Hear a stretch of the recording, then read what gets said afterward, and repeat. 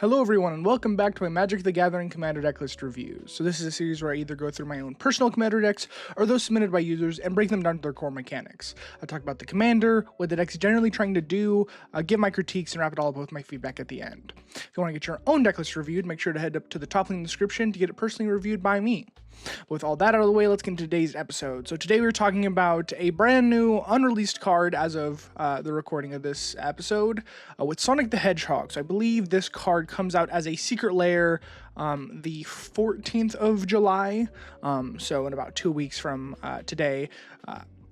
Very, very cool card. I think it's very interesting. I'm honestly a little surprised to see this as a Secret Lair drop. I know we've gotten a whole bunch of different ones, but I don't know. I feel like Sonic is such a mainstream IP to me that I'm a little surprised to like see it come around. It feels like Pokemon or something, you know. Pokemon, of course, probably wouldn't come around just because it's a competing card game, but just it feels like such a huge IP. Probably one of the biggest that they've done, besides Marvel, of course. But it's really cool to see, and I think they did really well with a lot of the flavor on a lot of the cards. I know some people talked about Knuckles not being green, which he probably should have been, which I fairly well agree with. I think Mono Red still works fine as well, but Sonic here I think is a really cool card. So it is a 2/4 Hedgehog Warrior. It's a Jeskai, so one colorless, a blue, a red, and a white. It's got haste, of course, which, you know, very much need. It says, gotta go fast. Whenever Sonic the Hedgehog attacks, put a +1/+1 counter on each other creature control with flash or haste.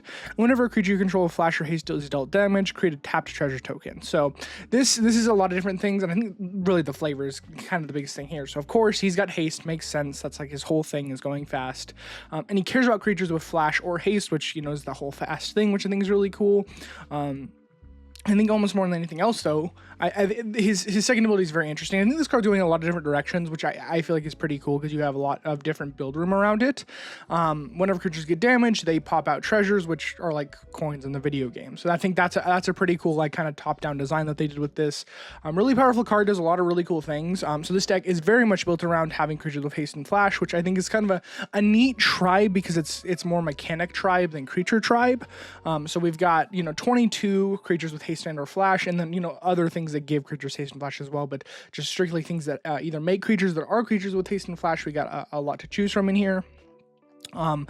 Starting up here, though, we got 2 board wipes, and specifically because we care about creatures, or at least Sonic cares about creatures being dealt damage, both our board wipes care about being damaged. So Blasphemous Act, of course, kind of the best one, deals damage to all creatures, so a board if we need it, and because it's a damage-based board wipe, whatever creatures we have die or they get dealt damage by this are also getting us treasure tokens on the backside, so that can be kind of a ramp spell in a lot of ways.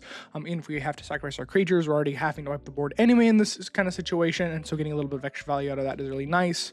Chandra's Ignition is very similar. Target creature you control deals damage to equal to its power to each other creature and each opponent, so this still wipes our board a good bit. We usually get to keep Sonic around.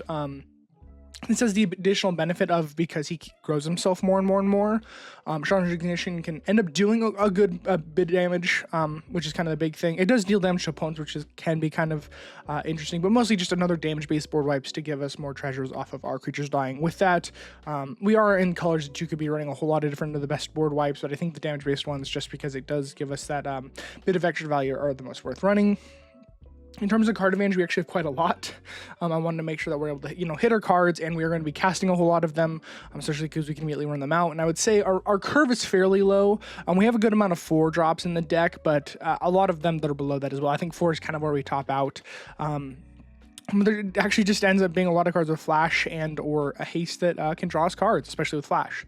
We got Archivist of Ogma here, so 2 mana 2/2. Whenever an opponent searches their library, you may gain 1 life and draw a card, and it has flash, so you know, white has a lot of these kind of gotcha type white spells that have flash, which is kind of cool. So we have a few of those in here.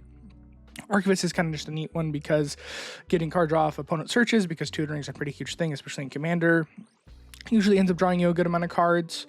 We got Binding of Thassa, which is 4 mana legendary enchantment artifact. Whenever a creature you control deals common damage to a player, you may draw a card. So we have a few of these effects in here. There's a lot you can put in here as well, where when we have creatures deal damage, they draw cards, because that's a lot of what we're trying to do with the deck. So that's kind of nice, getting a whole bunch of extra card draw on that. And this can also force creatures opponent's control to attack this turn of Fable. It's not goad, they can still attack us, but you can definitely force out an attack if you want to. Which, you know, is not super important. I think it's kind of a fun thing if you want to you know, get some creatures off the board, or if you're like, okay, I want them to attack with this thing that everyone knows needs to die, they have some sort of like small value piece, or even just mana dorks, force them to attack with whatever. The mana dorks, they can also just tap, but anything that's like, okay, this is, you know, a Draft Magistrate or something like that, where like attack, have someone have to block it, and then, you know, there's a little bit of extra value, but mostly the card advantage, I think, is the main point of this card. We got Danny Pink from the Doctor Who set. It's from a 4/3 with Mentor. Whenever the creature attacks, put a +1/+1 counter target attacking creature with lesser power. And when creatures you control have one or more counters to put on this for the first time each turn, draw a card. So, you know, whenever Sonic attacks, it puts counters on stuff, which is another thing you can kind of go more into. So I think I mostly did just generically fast, you know, haste flash tribal. This also, by the way, is not a super high power deck, I would say. Technically, it's bracket 2 because we are not running any game changers, though. I wanted to kind of focus a lot of the budget, quote unquote. I don't have a specific budget for these decks, but the general budget for this deck in just having quality cards. You can definitely go more with the game changers if you need it, but I think I only had Jessica's Will in here, and I was like, you know, if you can make it a, you know, bracket 2 or just not have game changers and have it basically be the same deck, I, you know, might as well.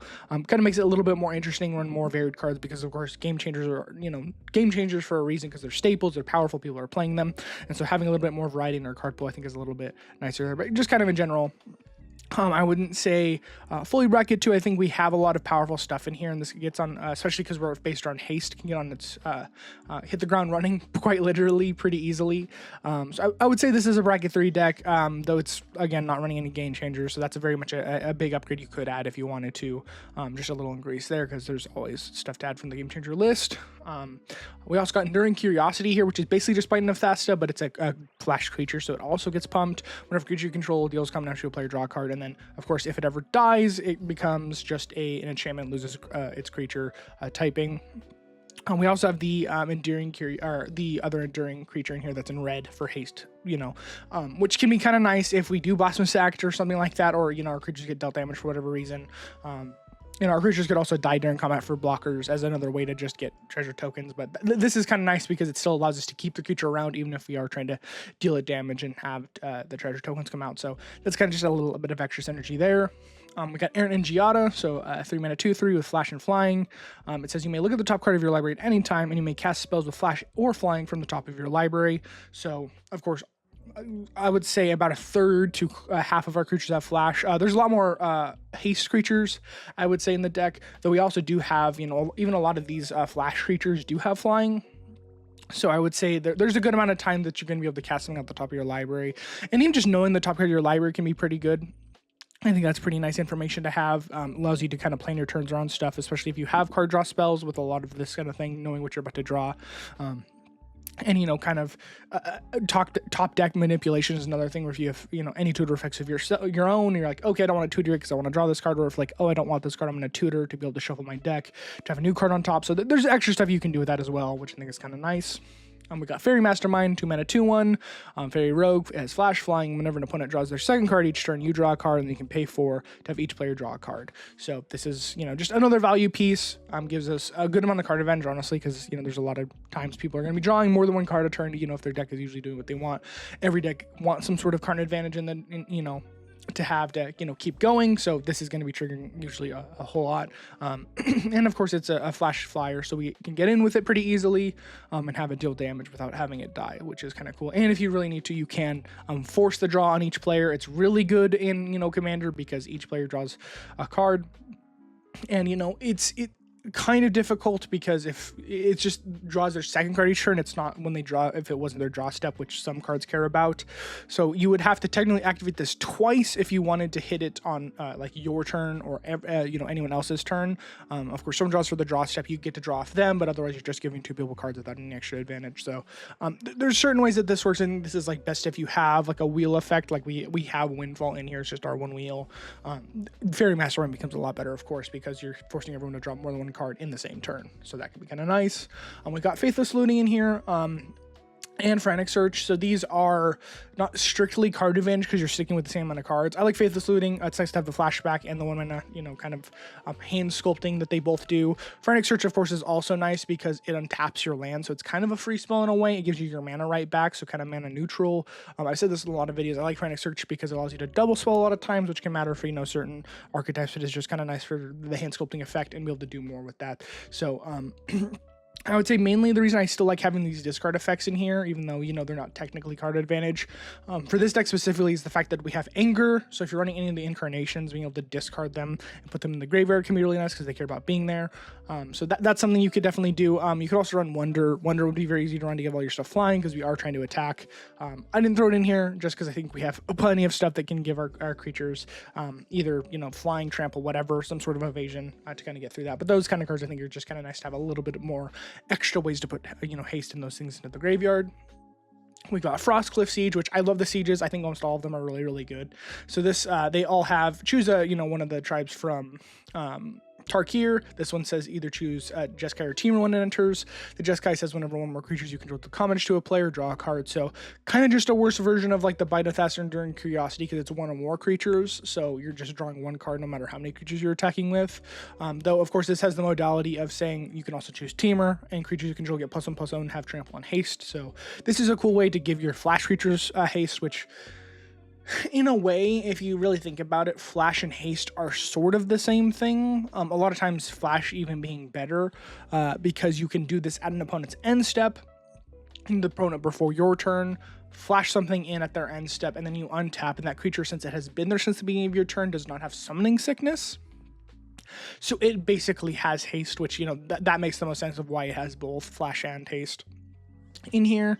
So, Flash I think is just overall the better keyword, but just in case we have, I don't know, maybe one or two creatures that don't have it, like Danny Pink doesn't have Flash or Haste, though has other synergy, so you could run that in there very easily. And of course, it does give a little bit of a Lord effect, and it gives trample. So getting through to opponents is another way to kind of use that. So I think honestly, Temur a lot of times is just more. I put this in the card advantage category. I think it a lot of times is going to be used more for the trample and the slight advantage there, rather than the card, just because we have a lot of other ways in the deck to draw cards. We've also got Malcolm here, so it's 2 mana, 2/1 with Flash and Flying, kind of same stat line as Fairy Mastermind. Whenever Malcolm deals common damage to a player, put a counter on it, draw a card, then discard a card, so it is a looting effect, and if there are 4 or more counters on it, you may cast the discarded card without paying some mana cost, so you can maybe get some value off of that.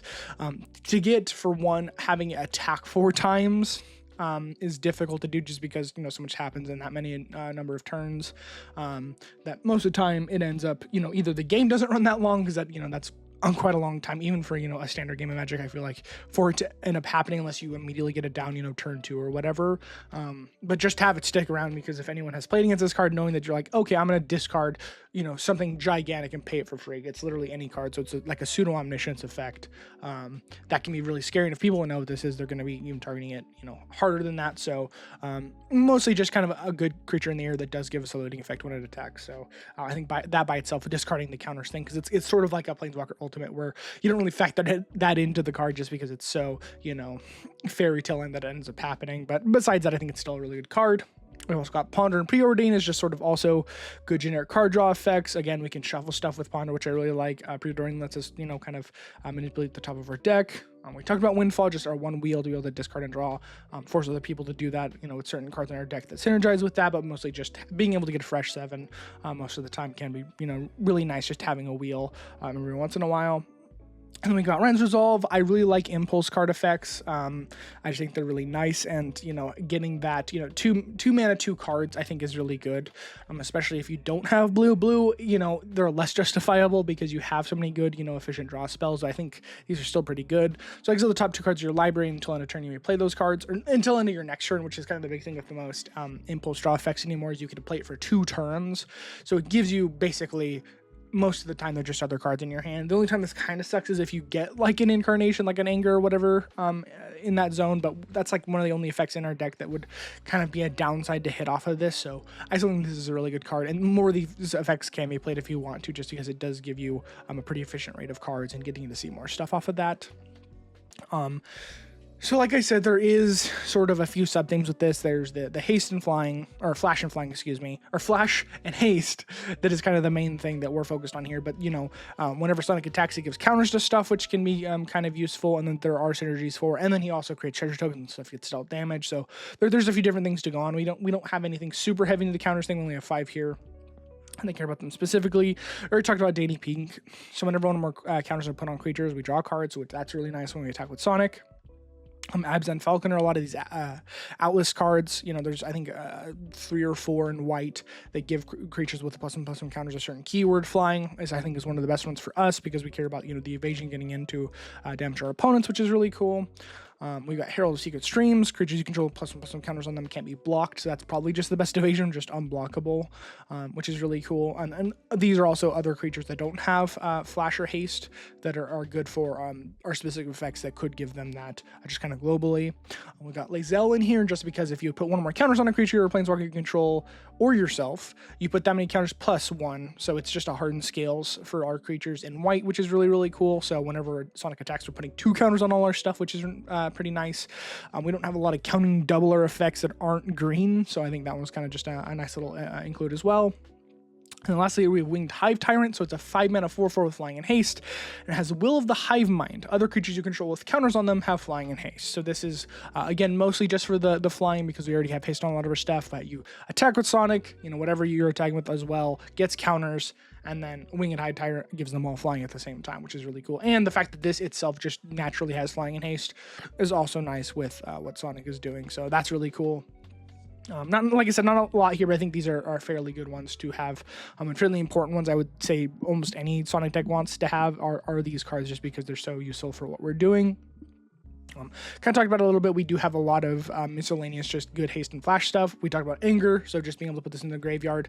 As long as it is in your graveyard and you control a mountain, creatures you control have haste, so just a good global effect. You don't have to cast it, it's just a discard effect, so that's nice to have that for free. And it itself has haste in case you had to cast it for whatever reason. You know, a 4-mana 2/2 with haste is not very good, so most of the time that's not what you're looking for, but you can if you need it. We've got Aurelia the War Leader, so this one's really cool. It's a 6-mana 3/4 with flying, vigilance, and haste. And whenever it attacks for the first time each turn, untap all creatures you control. After this phase, there's an additional combat phase. So that's another thing you can also kind of pivot into with this deck if you wanted to, is more extra combat stuff or really extra turn stuff since you're in Jeskai. You could definitely do that. I only think I have 2 extra combat effects in this entire deck, just because every time you attack, you know, you get more counters with Sonic, and you can kind of just keep growing your board over and over again. And of course, Aurelia herself also has haste, which is just another thing on top of everything else. And we have Enduring Courage, so this is the other one I was talking about. It's a 4-mana 3/3. It says whenever another creature you control enters, it gets +2/+0 and gains haste on a turn, so that's really cool. It automatically gives our stuff haste, which again is not the biggest effect in the deck, since most of our stuff are either entered the turn before with flash or it already has haste, but the pump effect is really cool, so it gives our stuff +2/+0, so that can be you know, very good when we're immediately trying to swing with something. It also gets the buff from Sonic, so you know, pretty big creatures, pretty fast, and of course it has the Enduring text. When it dies, it returns as just an enchantment without the creature type, so kind of keep that around on top of everything else.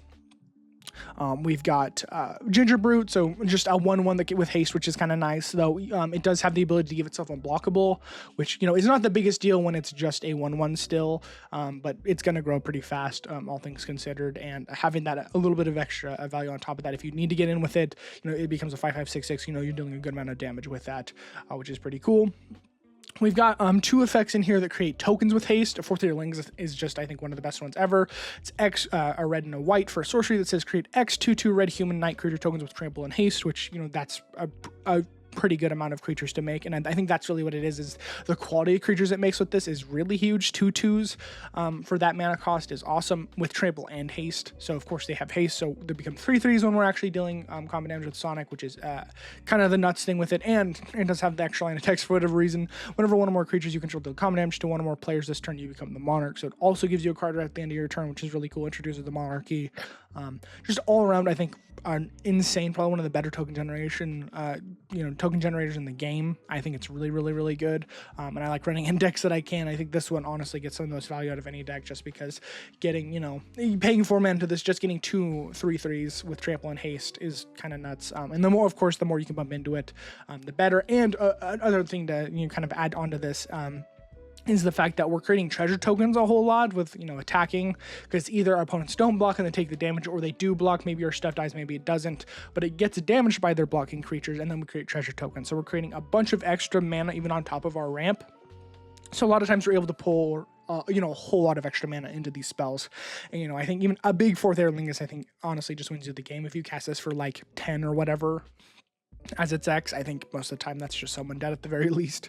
We got Legion Loyalist, which I'd heard about the card and I never really looked at it ever, and I think it's a really, really cool one. You know, this is a little bit before I started playing, so it's kind of nice to see these weird sort of like standard all-stars kind of come back and be pretty cool in Commander. It's a 1-mana 1/1 with haste, of course.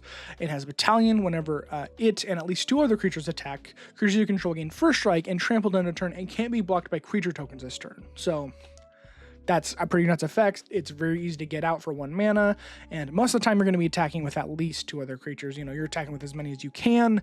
Giving your stuff trample until end of turn and first strike is awesome, because it allows blocks to be even worse for your opponents, because, you know, if they don't have enough toughness to get through whatever we're attacking with, it just ends up dying. The trample is also nice because it, you know, it just makes blocks so bad for our opponents, and they can't block with any creature tokens. So any token strategies that just, you know, crap out a whole bunch of tokens all at once, this is really bad for as well. So just I think one of our better evasion cards in the deck is definitely Legion Loyalist. I think it's a really nice one to have and a really fun one to sort of run in here. We got Loyal Apprentice, so this is sort of a 2-for-1. It's a 2-mana 2/1 with haste. It has Lieutenant. At the beginning of combat on your turn, if you control your commander, you create a 1/1 color stopped or artifact creature token with flying. That creature token gets haste on a turn. So play this out. You get 2 creatures out for the price of 1. They can both have haste. They can both immediately attack. The Thopter has flying, which is cool. They both immediately get counters on them, and, you know, if they die, whatever, you get treasures. So just another pretty good creature in here that gives us a lot of extra value. One of our splashier ones in here is Screaming Nemesis, but I think it's a pretty fun one. So it's a 3-mana 3/3 with haste, and whenever it is dealt damage, it deals that much damage to any other target. And if a player is dealt damage this way, they can't gain life for the rest of the game. So this is a sort of a weird silver bullet. It turns off life gain decks, of course, is kind of the biggest thing with it. But it's just a 3-mana 3/3 with haste. It very gets damage, which is another thing we care about. You can, you know, shoot that at someone, whoever, and just, you know, immediately cause them to never be able to gain life again. So on top of giving us treasures, it also allows us to kind of reflect that damage. It's sort of a stuffy doll effect, which I think is really cool, which is another thing you could definitely throw more in here, is the stuffy doll stuff, and sort of pivot into dealing our creatures damage with our own effects, which we do have a few in here, and there are some really cool synergies we can do with that, which I'll talk about a little bit later. But that's just kind of another thing you could do, is, you know, play your End the Festivities, where everything gets dealt to damage, you know, get a bunch of treasure tokens, you know, maybe kill some stuff off, whatever, but mostly, like, they're pretty good ramp spells is what they become, which I think is really nice. We've also got Song of Totem Talons as our other token creator. It's an X red, which I think is really cool. It creates X 1/1 black rat creature tokens with this creature can't block, and then creatures you control gain haste on a turn. So for what it is, just having the 1-mana X is pretty big. It doesn't seem like that much of a difference from, you know, X2 versus X1, but each additional mana you pay into it giving you like that extra creature, especially when you're casting it at a low mana cost. Instead of, you know, paying 4 mana and only getting 2 creatures, you're getting 3 creatures off of that. And even if you are literally casting this for 0, it can just be a 1-mana sorcery that says your creatures can haste on a turn if you really needed it to be, just for the few things that don't have it to be able to, you know, immediately attack and swing in, which is really cool. I think it's kind of a nice one to have in here. Gives us a bunch of creatures to swing with, and it gives them haste, which is one of the bigger things. We've got Wingcrag Siege. This is kind of a nice one. It's sort of an Ishin effect. When it enters, you choose Mardu or Jeskai. The Mardu says if a creature attacking causes a triggered ability of a permanent you control to trigger, that ability triggers an additional time. So we do have a few attack triggers in the deck. We've kind of already seen them, though mostly this is great because Sonic double triggers, so it gets 2 counters on everything that attacks with either Flash or Haste, which is really cool. And I think that's a good one. I think both modes on this are actually pretty nice. Jeskai also says at the beginning of your upkeep, you create a 1/1 red goblin creature token. It gains lifelink and haste on a turn, so just each turn gives you an extra creature to attack with, which can also be nice. I think most of the time, Mardu is probably going to be the one you pick, but if you are hurting on creatures, you can, you know, just have that continuous, you know, creature making thing on top of it. So I just love Wingcrag Siege. I throw in a lot of decks because I think it has a lot of value. And of course, there are, like I said, a good amount of other creatures that care about having an attack trigger that we can't double with this, which is nice. We got Urbrask Forge in here, so it's a 3-mana artifact that says if you can comment on your turn, you put a counter on it, and then you create an X1 red fire extreme horror creature token with trample and haste, where X is the number of counters on it, and then you sacrifice that token at the beginning of the next end step, so it creates a 1/1, 1 turn, then a 2/2, then or a 1/1, then a 2/1, then a 3/1, 4/1. So it's it stays the same toughness always, but it becomes it has trample, so it just keeps doing more and more damage every turn. So it's a standard all-star has done a lot of good stuff in a lot of different formats, but it's just another continuous token creator that we can have with haste that also has evasion on itself, and with Sonic also gets bigger on the backside, which is kind of cool to have that a little extra effect even if we don't get to keep the creature around. And if it ends up dying to whatever combat damage, that's even better for us because not only we get the treasure token, we don't have to care about sacrificing it. So another kind of just really good card for the deck. And then down here we kind of got a little weird one here I wanted to throw in was Ragavan here. So Ragavan Nimble Pilfer, pretty well-known card. So 1-mana 2/1, legendary creature. Whenever it deals combat damage to a player, create a treasure token and exile the top card of that player's library. Until end of turn, you may cast that card. But it has dash, which is an effect that says you may dash. You pay the dash cost. It enters the battlefield with haste this turn, and then at the beginning of your end step, you put it back into your hand. So very well-known card. People know Ragavan. It's just another easy creature to get out. Even if you can't give it haste, not a huge deal. It's just an easy thing to drop down on turn 1. So I think with haste, of course, this is a way better card because it gets the pump from Sonic because it has haste, and then you get to keep that in your hand, kind of protect it from whatever things that might happen on an opponent's turn, which is also really cool. But just in general, kind of another splashy, more expensive card that I think is kind of just fun to run in here because I think it works really well. On top of just being a very good creature for its mana cost, does more synergy with our commander, and of course it creates treasure tokens. For interaction, we do have quite a bit, and I'll still get into it later. We do have some specific stuff that this interaction matters for. So Chrome as well, I think, is just our game finisher. It's just our one that allows us to be like, okay, hey, here's my version of Crater Hoof. I've got a good amount of creatures out. We're just going to make sure this game is done. It's a 4-mana instant. It says choose one. If you control your commander as you cast a spell, you may choose both. So the two modes are creatures you control gain flying, vigilance, and double strike till end of turn, or creatures you control gain lifelink, indestructible, and protection from each color till end of turn. So really, most of the time you're going to be casting this with Sonic out. If you've got, good amount of creatures out, they're all getting all these different keywords. The most notably being protection from everything, lifelink, and the double strike. So double strike, you're dealing double the amount of damage, which is, a lot of times going to end up being lethal. Even if you only have a little bit of damage, 10, 15 damage on the board, doubling that is usually enough to kill someone. The lifelink is nice because you're able to very much pad out your life total with that. Always, of course, depending on the amount of damage you're doing. But if you're doing enough damage to kill someone, kind of just dealing their life total, you're going to be at 80, 90, 100 life off of that, so that's really cool. And the protection from each cultural in a turn means that they can only be blocked by artifact creatures. So it basically, this card in general also gives them flying. So unless they have a reaching or flying colorless creature, they're not going to be able to block, and so it's kind of just a blowout on all sides, which is really cool. Though you can, if you really want to, because it also gives creatures indestructible. The more interaction piece of this is you could use it as, oh hey, someone's going to board wipe, I'm going to give myself my stuff indestructible till a turn to be able to keep them around, and also make whoever ends up trying to attack a pretty good amount of blockers. They have double strike and protection from everything, so they can't take damage. So kind of both things on there, so it can be used defensively if you need to, though most of the time the offense is kind of what ends up leading to the end of the game. We've got Boros Charm, so of course Boros instant. Choose one. Boros Charm deals 4 damage to target player or permanency control indestructible till end of turn, or target creature gains double strike till end of turn. So you can deal, the first one doesn't really matter. Dealing 4 damage to target player is kind of whatever. Target creature gaining double strike till end of turn can be nice if you get Sonic up enough to where you're like, okay, I can deal someone lethal damage. But most of the time it's just a 2-mana permanency control gain indestructible till end of turn. That's really the biggest one here. Like I said, indestructible is specifically for our deck very synergistic because it gives us a little bit of extra value on the backside. Though just in general, I think Boros Charm is a really good card. We've got Chaos Warp as just sort of a catch-all. Just have someone shuffle in a permanent from their library and reveal the top. If it's a permanent, they put it on the battlefield. Otherwise, it just stays on top.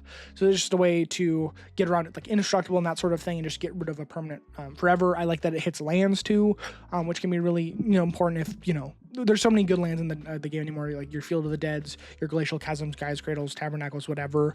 Though most of the time you're not seeing all of those cards. Having this is just sort of a way to get through that is also kind of nice.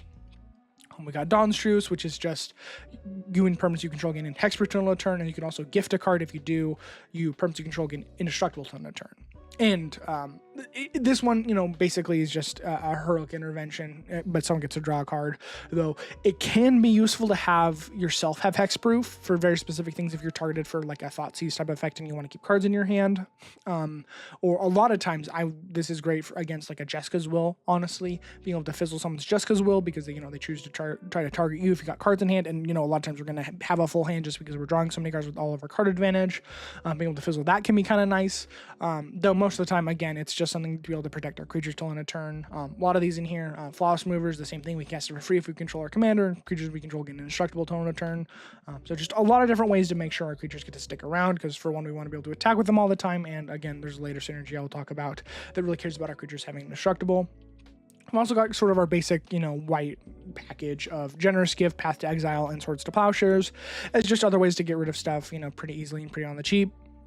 And we got the Wandering Rescuer, which I think is a really cool card. I'm surprised it's gotten so cheap. I think it's really fun. So it has Flash, which is really cool. It's a 5-mana 3/4. It has Convoke, so our creatures can help tap to cast the spell, which is really cool. They can either pay 1 colorless mana or 1 of whatever their color identity is. So you could potentially cast this for 0 if you had 2 white creatures and 3 creatures of any color. It has double strike, and it has other tap creatures you control have hexproof. So this is another way to protect our creatures, really. And I think most of the time that's the way this is going to be used. It's a little weird because a lot of our creatures are going to end up, you know, tapped because we're attacking with them all the time. So this may not always be a huge cost reduction on whatever this is going to be using. Though I think, honestly, just being able to attack out and then have all our stuff have hexproof means that our opponents have to respond before we go to combat and before we're attacking stuff. Kind of shortens the window in which they can interact, so they can't do anything, you know, like fight spells in the middle of combat or whatever. Just gives us that little bit of extra value on top of that. And of course it has Flash, so it synergies with their commander. And then we are just running straight up counterspell. You know, we are in blue. You could run a whole lot more in this, but this is very much not a, you know, a regular Jeskai, just control prowess, whatever spellslinger deck. This is way more focused on attacking with the creatures, so I didn't throw a lot of that in here. Just thought, you know, might as well throw counterspell and just have that one thing in there. Though, again, you could definitely run a whole lot more interaction depending on, you know, how interaction heavy your specific pod is. In terms of lands, we've actually got quite a robust amount here. We are running all of our steam vents. We're running all of our shock lands and all of our fetches just to, you know, have a good amount of mana base.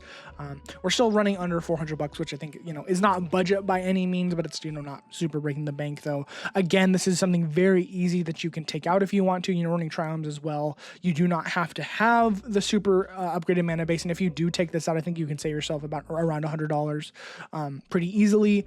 Though there are a lot of other lands in here that I think are worth running for sure. It's cool to add if you wanted to start your engines effect, since we are trying to deal damage to our opponents super fast. We're usually getting in for some sort of damage each turn. We are running 2 of the raceways in here. We got Amonkhet Raceway, which at max speed, target creature gains haste on turn, which is really cool. And then Moraganda Raceway, which at max speed adds 2 colorless mana. So just, you know, a soul land. But yeah, I don't think you super need the whole thing. You don't need all of the super expensive lands in here. I'm glad to see that the filter lands have gotten really inexpensive, because I think they've been printed in precons that they've gone down in price, which is really cool. Those used to be, you know, $10-15 a pop. We got the pain lands in here. We've got, you know, our check lands, our slow lands, you know, sort of our general stuff just to have. We're not running a whole lot of basics in here just because we, like I said, have a pretty robust package of stuff we can grab. So only 2 islands, 3 mountains, and a plains. Because we are running in the Incarnation, the Anger, having specifically land type stuff like our Secret Foundry and Rogran Triumph is a little bit nicer, because it means that more of the time we're able to turn on those sort of effects. And even for our lands, we do have, you know, the basic land type check lands that care about having either, you know, whatever island, mountain, or plains or mountain or whatever, have to be able to enter untapped, which is kind of nice. We're running, you know, our Tangle land in here, which is kind of cool. But again, you don't need it if you don't, you know, have the budget for it. It's not a super big deal. There's plenty of other ways you can run more basics, and there's a lot of other, you know, Path of Ancestry, that sort of thing. There's a lot of other lands like that you can run in here if you know, don't have the budget for it though. I think stuff like Arena of Glory are definitely nice includes if you're not running shocks, just because Arena of Glory, you can pay a red, tap it and exert it to add 2 red mana, and then if that mana is spent to cast creature spells, it gains haste on a turn. So you can split that mana up to, if you use 1 red mana on one creature and 1 on another, you can have 2 creatures with haste, which of course a big part of our game plan is giving haste, which is really nice. Speaking of that, we also have Hall of the Bandit Lord, which is kind of a weird old one. So it enters the battlefield tapped, and you can tap it to pay 3 life to add 1 color to your mana pool. If that mana is spent to cast a creature spell, that creature gains haste. So another way to give stuff haste. I can't say it's the most necessary. I would definitely read Arena of Glory just because I think it's a good land that can enter untapped if you control a mountain. Hall of the Bandit Lord is kind of what I wanted to sort of spotlight more than anything for other decks, because it is colorless. You can run this in any deck to be able to give something haste whenever. Though, like I said, there are a few creatures in the deck that don't, naturally have haste, so being able to give it through these effects is kind of nice. For a counter plan, we do have Karn's Bastion, just to be able to proliferate those counters on all of our creatures if we need to. It's 4 and taps of 5 mana to be able to proliferate, which is very expensive. Though I think just having the ability on that, you might as well run a few utility lands, just because having that on a land is extremely powerful for the few times that you may need it. We got Reliquary Tower for, making sure we have no max hands, I think keeping cards in our hand. Minas Tirith, which is really cool, and just tap unless you control a legendary creature. It adds a white, and you can pay 1 and a white, tap it, draw a card, activate only if you attack with 2 or more creatures this turn. So it's basically just pay 3 mana, draw a card, which can be really nice to have if, you're out of card advantage anyway. Having it on a land, card advantage is extremely good. And most of the time, we're going to be attacking with 2 or more creatures on our turn. So just a very easy thing to turn on. But yeah, I wouldn't say a super crazy mana base. There's more you can throw in here. I would say pretty normal, a little bit higher end for what we're running, just because we are running the more expensive shocks and fetches and that sort of thing. Though, like I said, you don't need super needed. I am glad you can run some of these channel lands in here. I like Sokanzan, so it's just a legendary land that adds a red, or you can channel it, so pay 3, or it's reduced equal to the number of legendary creatures you control, so you could just pay 1 red, discard it, and it creates 2 1/1 color spirit creature tokens, and they gain haste on a turn. So this is just an easy way to have extra creatures on your battlefield to attack with if you need it, which I think is really cool. Just more token creation on lands, I think, is just sort of another cool utility thing to have. And one of the bigger things with the channel lands is the fact that it's extremely hard to counter or get around if they don't have a stifle or a way to deal with activated abilities. This is just a thing you get to do, so it's very hard to interact with, which is another thing. And giving you 2 creatures for that is also really nice for being able to attack with 2 2/2s immediately and get whatever other value you get off of that. For ramp, it doesn't look like we have a whole lot of ramp in here, though I do have a separate category for creating treasure tokens, just because that is such a big part of our deck. And of course, treasure tokens are ramp, and our commander gives us treasure tokens, so we don't need a whole lot of ramp in here. We are running our Soul Ring, cool Soul Ring for Sonic specifically, which is really nice. I'm super excited to see the Secret Lair and all, just the way those cards turn out. We got Arcane Signet, we got all of 3 of our Talismans in our colors. Deep Known Terramancer as a creature with flash. Sort of a catch-up ramp. Whenever 1 or more lands enter the battlefield under an opponent's control without being played, you may search the library for a Plains card, put it on the battlefield tapped, and then shuffle. Do this only once each turn. So this is nice because if your opponent is ramping in any sort of way, ramping growth, cultivate, Kodam's Reach, whatever, if they're just doing without paying lands for a turn, even like a crop rotation would technically work. You can flash this in response, get the trigger, and then go grab a Plains. The cool thing is this doesn't say a basic Plains, so that's another reason to have, our Triumphs and, our Shocklands in here, is just because we're able to grab those instead off of this, so it makes it a little bit a more powerful card. But then again, it's also just a 2-mana 2/2 flash, so that can also be nice, just on top of everything else. We've also got the Fire Crystal in here, a brand new one from Final Fantasy. It's a 4-mana legendary artifact that says red spells you cast cost 1 less to cast, so just, reduces a lot of our cards, but we are very much mainly a red deck, just because haste is kind of the whole thing there. You can have creatures you control have haste, which is kind of nice. Again, just another sort of white effect to be able to give everything that doesn't have haste if you want to. Mostly the reduction is just nice to give the haste, can't sort of have that both. And then you can pay 6 and tap it to create a token copy that's a copy of target creature you control, sacrifice it at the beginning of the next end step. So if you wanted to, take one of your non-legendary creatures, get a copy of it. Most of the time, that copy is just going to have haste anyway, though the Fire Crystal does give it haste, whatever you create a copy with. So a little bit of extra value on top of that. Just all around, I think this card just gives us a whole bunch of value. Very much a wide range of abilities it has on the card that all contribute to our game plan. For our treasure tokens, we have a good amount of stuff in here. We've already talked about, we have Ragavan, just sort of generically allows us to get a treasure token when it deals combat damage to a player. We have Zorn. If we create 1 or more treasure tokens, we can instead create those many tokens plus 1 additional treasure token, which is kind of cool. And specifically with Sonic, his trigger says whenever a creature you control with flash or haste is dealt damage, create a trap treasure token. So these are individual triggers, so this will give you basically double treasure tokens, even though Zoran just says +1, because instead of, if you got something to give you like 5 treasure tokens at once, you would get 6 in one, resolution of an effect. But because Sonic is putting a bunch of different triggers on the stack of his ability, you're getting 2 for every single creature, which is, just kind of a huge effect to have and gives us, a lot of extra mana value on top of that. We got a candy manufacturer because we are a treasure token deck. It says if you create a clue food or treasure token, instead create one of each. So this is probably one of the biggest cards in the deck to be running. A whole lot of extra value being able to get all of those tokens. It is something to note with creating these tokens, because this isn't a triggered ability, this is a replacement effect, and it says instead of creating 1 you create 3. They do enter tapped still. So if Sonic is creating these tokens, you will get 3 tapped tokens, though. So food you can immediately crack. Of course, the treasures you couldn't use immediately either. Though the clues do not care about being tapped. That is one thing I think some people forget about. Clues, you can just pay the 2 mana to draw a card. So that doesn't turn off clues in any way. But just getting all of them, it's just so much more extra value. Might as well be running him. We got Captain Lannery Storm, 3 mana haste. Whenever it attacks, create a treasure token, and then when you sacrifice a treasure, it gets +1/+0 till end of turn. So it's just a haster that creates treasure tokens, just sort of very synergistic for our deck. And of course, since we are playing treasure tokens, we have Goldspan Dragon, 5 mana flying haster. It's a 4/4. Whenever it attacks or becomes a target of a spell, create a treasure token, and then it says treasures you control have tap, sacrifice, add 2 mana of any one color. So this just doubles the mana on our treasure tokens. It itself creates treasure tokens. It also, if it ever gets targeted by something, it creates treasure tokens. So there's a whole lot of sort of token creation on top of that, and it has haste and a good amount of evasion with the flying. So all around a very synergistic card.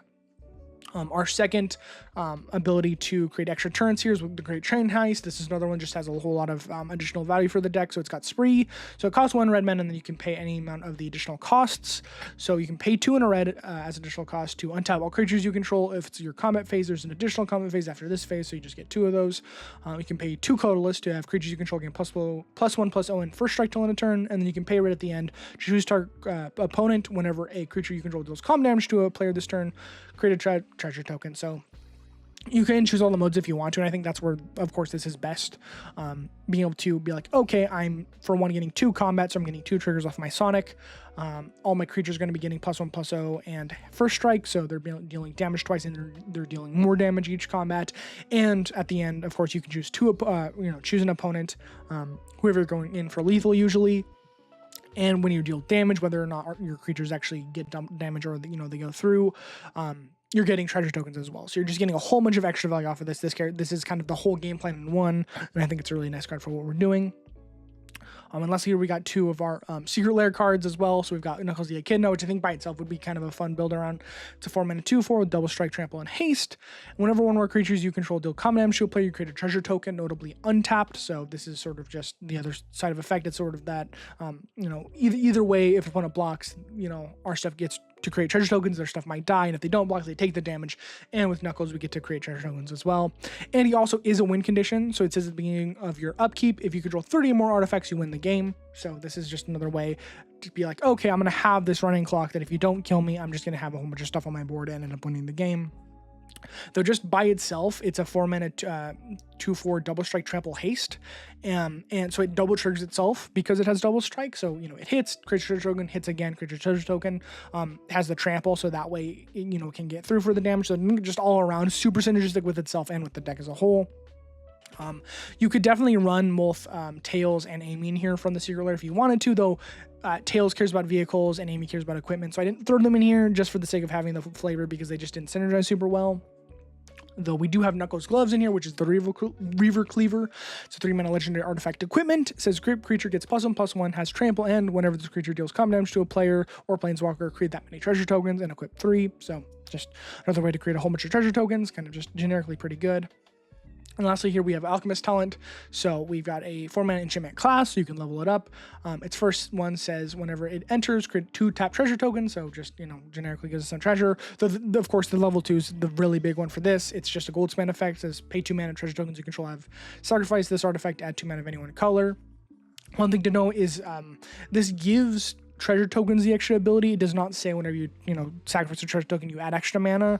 So having both Alchemist Talent and Goldspan Dragon on the battlefield doesn't make your token sacrifice for 4 mana. It just gives them 2 instances of the ability sacrifice for 2 mana. So just those don't level up is sort of just kind of a weird thing. But you can also level this up to 5 or level 3 for 5 mana. And whenever you cast a spell, if mana from a treasure was spent to cast it, it deals damage equal to that spell's mana value to each opponent. So again, kind of just an extra if you really wanted to. I don't think that last one really matters. It's mostly the first 2, getting some treasure tokens off of it, and then allow your treasure tokens to tap for additional mana is really nice. But yeah, so definitely another one you can very much pump into. Even if you just went straight up generically artifact stuff, you could very much, affinity if you had like a Chiskoria in here or whatever. There's a lot of artifact synergies you can do, but I feel like I do so many artifact decks. I try not to go super hard with it. Just sort of our generically good treasure stuff to add in here. Speaking of generically good, we do have some value pieces in here, just I think worth running or work a little flavorful. Specifically with Power Sneakers, this is Lightning Greaves, so just Sonic's shoes. 2 mana artifact equipment says equip creature has haste and shroud and equip 0, so just something you can give to Sonic if you really want to. For this deck, mostly the protection is what's important. Again, it's another way to give creatures without haste if you really want to, though just making sure our Sonic sticks around with their interaction can be kind of nice. We've also got Super State, so this is just, again, another, I don't think super necessary card for this deck in any way. It's a pretty easy execute if you wanted to, though, of course, it's Sonic and Super Sonic. You kind of got to have the pseudo win con in here. So it's a 7 mana colorless legendary enchantment aura. This is enchant creature you control. Enchanted creature has base power and toughness 9/9, has flying, first strike, trample, and haste. And whenever enchanted creature deals damage to an opponent, it deals that much damage to each other opponent. So this is a very easy way to end up killing your opponents pretty fast. You can throw this on anything though most of the time. The thing you're going to probably be wanting to do is throw it on Sonic just because it's Super Sonic. So giving your commander the ability to have the evasion with the first strike, flying, and trample is, basically nothing's going to be able to block it. And every time you're getting in, you're dealing damage to everyone. So it's kind of that group slug. 3 hits and, 1 opponent's dead, and then other opponents have taken 27 damage. That's non-commander, so that's pretty nice. And I guess that's something I should specify. With commander damage specifically, it cares about the specific card dealing damage to a player. The damage it deals from this ability to deal damage to other opponents is not combat damage. It's just itself doing damage. It's an effect of a card. So this is not dealing combat damage to everyone. It's only dealing combat damage to the person you're actually dealing damage to with the attack. So something to note with that as well. I hope the people like Kedis is sort of another card that does the same sort of effect, though only the person you're attacking and dealing damage to with Sonic specifically without the effect is the person that's getting the commander damage. So just another thing to note. We do want our creatures to, get dealt damage to get the treasure tokens, though most of the time we don't have to have that happen. It's sort of just an extra effect that we can have on top of everything else. And so just, having more evasion in the deck to make sure our creatures can get through is kind of the bigger thing because our commander keeps pumping stuff over and over. If we didn't have the pump effect with the +1/+1 counters every time we attack, I would probably pivot a little bit more into having our creatures die or get dealt damage at the very least. Though, because we care about just getting in, combat damages are our main way to win with this deck. We do have Dolmen Gate and Reconnaissance in here. So Dolmen Gate is a 2-mana artifact. This is prevent all combat damage that we dealt to attacking creatures you control. So just another way we can swing out without really having to worry about losing any of our creatures. And Reconnaissance probably being, I've said this for a lot of cards in the deck, but one of the best cards in the deck for sure. It is a very busted card that didn't get eroded and that has just kind of stayed as a weird little rules lawyer thing that ends up being extremely good. So it's 1 white mana enchantment, says pay 0, so just for free. Remove target attacking creature you control from combat and untap it. So the thing to know with this is this card gets a lot better if you know the phases of combat. So I believe there are 5. There's beginning of combat, declare attackers, declare blockers, damage, and end of combat. So the way this works is you can use this for multiple things. So for one, you can just get your attack triggers if you want to. Be able to attack with Sonic or whatever. Someone's got a really big board, you can attack at them, and then after blockers are declared, you can be like, okay, you've blocked my creatures and I don't want those to die. So before damage, during the declare blocker step, or beginning of the damage step before damage is dealt, you can choose to untap and remove your creatures from combat. So that way, even if they're blocked, you can still remove them. They become untapped, can stay up as blockers, and whatever you can kind of just get through with only what they can't block, which is really nice. which that by itself I think would be a pretty good card, sort of just getting out of combat whenever it kind of disadvantages you only. The biggest thing here is the fact that until combat has officially ended, creatures that attack are still considered attacking. So after they've done damage at the end of combat step, those creatures aren't considered attacking creatures. So once damage is dealt and you've done everything, at the end of combat, you can still pay that 0 mana to untap all your creatures. So this is a way to literally just give your creature pseudo vigilance. At any part of combat, you can untap them. So like I said already, if you don't want them to die to any sort of blockers, you can get rid of that, or just to have them unblocked after you've done everything, you can still just have them up as creatures. So at any point, it's just an extremely good card. The weird ruling on it allows you to kind of just do that. It even says in the reminder text, if you activate during an end of combat, that creature will untap after it deals combat damage. So you can literally have your cake and eat it too. It's an amazing card, does a lot of stuff, and honestly, after the reprint in Assassin's Creed, it's pretty cheap to pick up, and I'd probably grab a whole bunch of these because they're very much worth it. Also got Ember Cleave in here is I think our only other equipment. Just another kind of very good one, I think. Synergizes super well with what we're doing. So it's a 6 mana legendary artifact equipment with flash, which doesn't really matter because it's not a creature, but it's kind of nice. It says this spell costs 1 less to cast for each attacking creature you control, so if you can attack with at least 4 creatures, this gets reduced to just 2 red mana. It says when it enters the battlefield, attached to target creature you control, equipped creature gets +1/+1, has double strike and trample. So this is very much a gotcha card. You're attacking with your commander.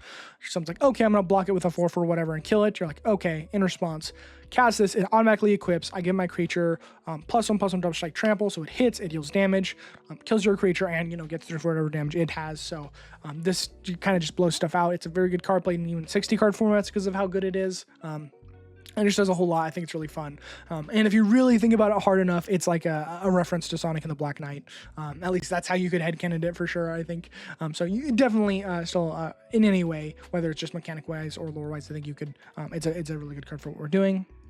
And lastly here, sort of the last card in the last sort of archetype of the deck is Pyrohemia. So this is a 4-mana enchantment. It says at the end of turn, if no creatures are in play, sacrifice Pyrohemia. And you can pay a red. Pyrohemia deals 1 damage to each creature and each player. So this is sort of the actual combo, quote unquote, of the deck. So having these effects, and I've kind of talked about it before, the end of festivities are just, there's a lot of 1 mana red instants and sorceries that say deal 1 damage to each creature. So the way that Sonic reads is it just says whenever a creature you control with flash or haste is dealt damage, it does not say combat damage, it's any damage it's dealt, which is why Blossom Sack and Charm's Ignition work. You create a tap treasure token. So with Pyrohemia, this gives you a way to just repeatedly use that effect whenever you want. And now the biggest thing with this, and I've talked about it before, is the fact that if we give our creatures indestructible, a creature that's indestructible does not care about how much damage it's dealt in a turn. It can be dealt 1 billion damage as long as it's indestructible. The damage will be removed at end of combat and won't end up dying. So if you're able to have both Pyrohemia down and then get one of these, many like cast a flawless maneuver for free, you can basically just activate Pyrohemia over and over and over and over again. Your creatures will never die because they have indestructible. Notably, you are taking 1 damage every time this happens, though most of the time that doesn't end up mattering. But every time you deal damage to your creatures, for each creature that is being damaged, you create a tap treasure token. So there is a real combo you can run with this if you're an Amulet of Vigor. So that's the one thing that they very much accounted for, making sure that Sonic creates tap treasure tokens, because if they were untapped, literally Pyrohemia would just go infinite, because you could just, every time you, even just having Sonic done if he is indestructible, activate this, it does 1 damage to Sonic, you create your treasure token, you sack that for a red, and you can kind of just do it over and over again. And as long as you had more life total than each of your opponents, you could just win the game right then and there.